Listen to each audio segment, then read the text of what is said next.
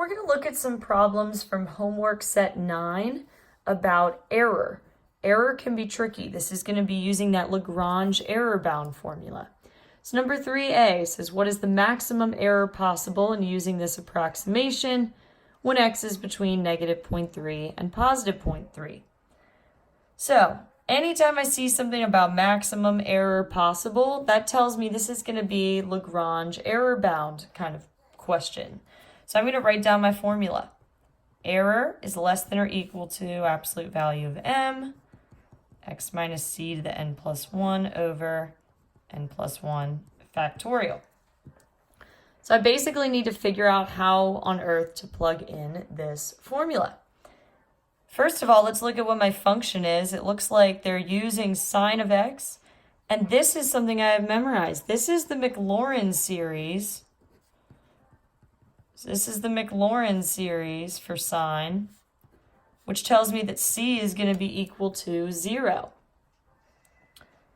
And then something else I notice is that they're going up to the 5th degree. Going up to the 5th degree. So n here is going to be 5. Then the other thing I notice is that for m is the maximum possible value of the n plus 1th derivative. So for us, n plus 1, that's the 6th derivative. It's the maximum possible value of that on the interval. So I need to find out, well, what's the 6th derivative? So that's a quick one to do because I have f of x is sine, so f prime will be cosine, f prime prime will be negative sine, f prime prime prime will be negative cosine.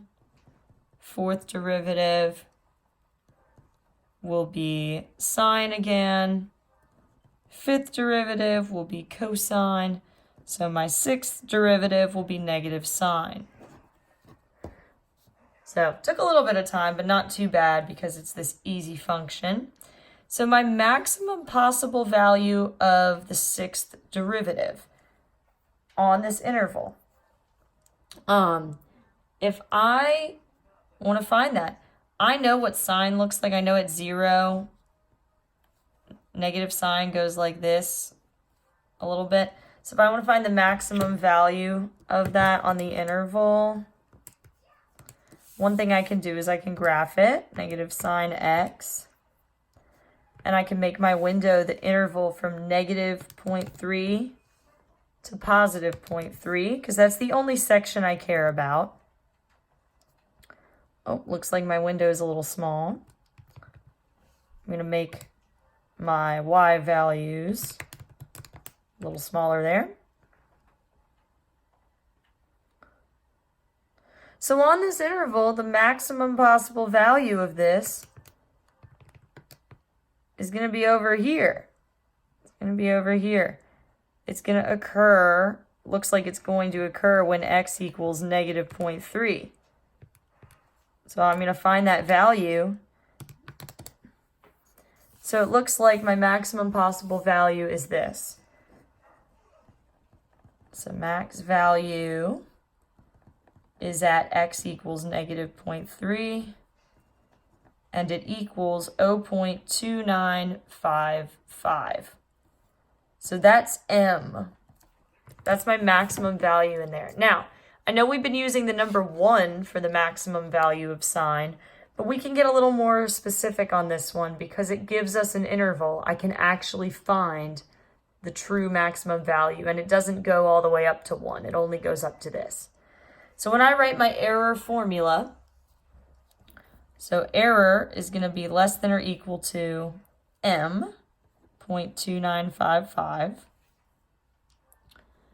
and then it's going to be x minus 0, so x to the n plus 1, so x to the 6th, over 6 factorial. So that's my error formula for this question. And when it says the maximum error possible, I need to figure out what x is going to be. And keep in mind, this function is centered at 0. So the maximum error is going to occur the further you are away from 0. And the farthest away we get from 0 in this is 0.3. The farthest away from the center means the approximation is the worst, so the most error. So if I use x equals 0.3, that'll give me the most possible error.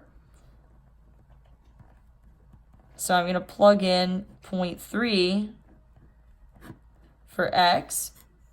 And when I do that, I end up getting that the error is less than or equal to 2.9919 times 10 to the negative 7.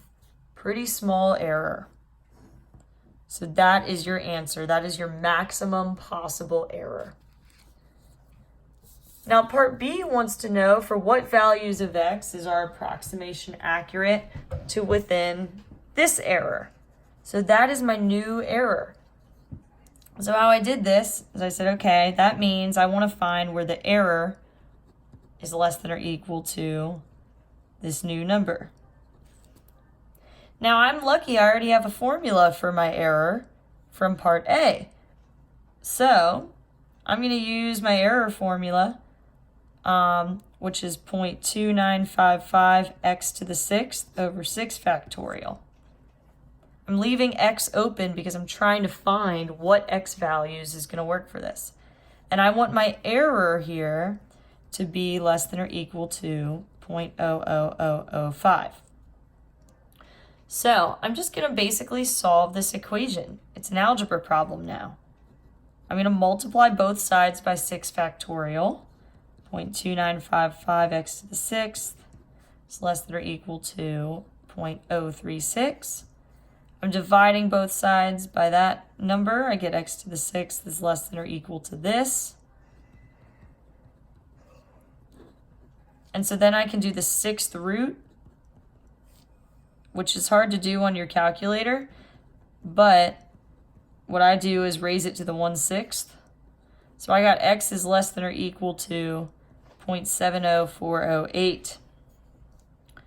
So that means that as long as x is within this much of the center, I will have error less than this number here. And it can be that much on either side, actually, because it's an error bound. It can be, so basically I'm going to write that like this. It can be from negative 0.70408 all the way up to the positive number. As long as x is in that range, my error formula will produce an error less than or equal to that error there. All right, we have one more part of this question on error.